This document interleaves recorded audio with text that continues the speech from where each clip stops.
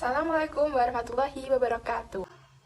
Selamat pagi, salam sejahtera. Shalom, Om Swastiastu. Namo Buddhaya. Salam kebajikan.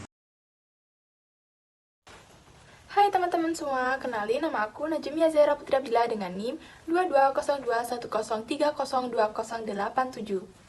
Perkenalkan, nama saya Syaetul Hairiza Putri dengan NIM 2201111301044. Perkenalkan, nama aku Suci Ramadhani dengan NIM 2202103020074.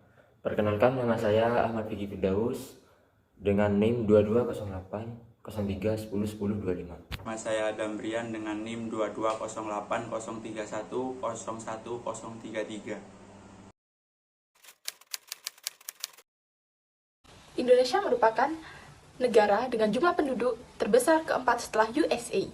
Namun di Indonesia banyak sekali masyarakat yang tidak memiliki pekerjaan.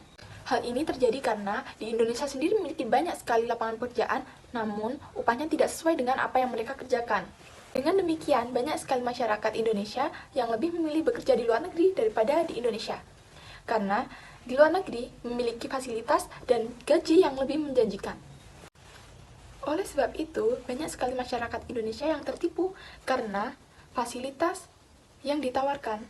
Namun, keadaan yang di sana berbanding terbalik dengan apa yang mereka tawarkan.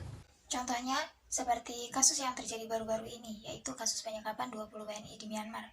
Hal ini berawal karena ketika ke-20 orang WNI tersebut diiming-imingi pekerjaan sebagai operator komputer oleh perekrut dengan dijanjikan gaji senilai 8 hingga 10 juta per bulannya.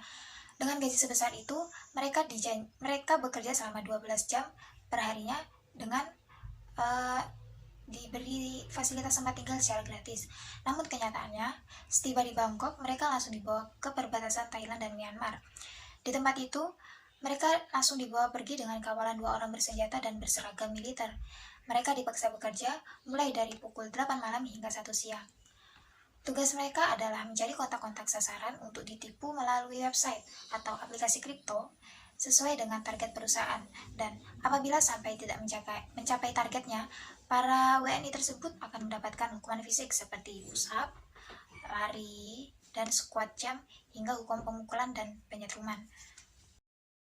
Para korban tidak digaji sehingga harus membayarkan denda yang ditetapkan oleh perusahaan.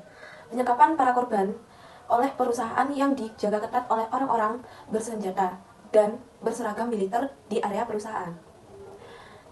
Kemudian, HP milik para korban juga disita oleh pihak perusahaan dengan tujuan pembatasan akses komunikasi.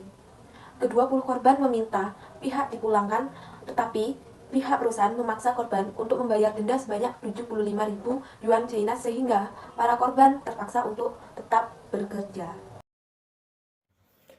Menurut SBMI atau dikenal dengan Serikat Buruh Migran Indonesia, kasus ini telah muncul 3 unsur perdagangan orang.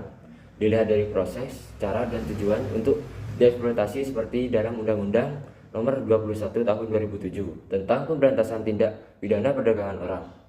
Ketua Umum SBMI, Haryanto Swarno, menegaskan kembali konsensus ASEAN dalam deklarasi Cebu bahwa negara asal dan negara tujuan akan bekerja sama dan berkoordinasi untuk memberi bantuan korban tindak pidana perdagangan orang dan pekerja migran yang terjebak dalam situasi dan konflik tersebut. Melihat maraknya permasalahan penipuan online yang terjadi di Myanmar karena situasi krisis, kita harus menyikapi kasus ini secara darurat. Kita harus menyikapi masalah ini dari 2 sisi, yaitu sisi instrumen dan kebijakan. Tidak ada alasan lagi bagi negara untuk tidak memulangkan para korban. Berikut kata Ketua Umum SBMNI, yaitu Serikat Buruh Migran Indonesia, Haryanto. Sementara itu, Komisioner Pengajuan HAM, Komnas HAM, Anis Hidayah, menyampaikan bahwa Komnas HAM telah menerima pengaduan korban TPO ke negara Myanmar sejak Desember 2022. Jadi, dapat disimpulkan bahwa di Indonesia banyak sekali lapangan pekerjaan, namun upahnya tidak sepadan dengan apa yang sudah mereka kerjakan. Hal ini berawal dari 20 orang ini diiming-imingi pekerjaan sebagai operator salah satu bursa saham di Thailand oleh perekrut dengan gaji yang dijanjikan dengan nilai 8 juta hingga 10 juta per bulannya. Penyekapan para korban oleh perusahaan yang dijaga ketat oleh orang-orang bersenjata dan berseragam militer di area perusahaan. Ketua Umum SBMI, Haryanto Suwarno, menegaskan kembali konsensus ASEAN dalam deklarasi Cebu bahwa negara asal dan negara tujuan akan bekerja sama dan berkoordinasi untuk memberi bantuan korban tindak pidana perdagangan orang atau bisa disingkat dengan TPPO dan pekerjaan migran yang terjebak dalam situasi dan kondisi konflik. Dari dua instrumen dan kebijakan ini, tidak ada lagi alasan negara untuk tidak memulangkan para korban.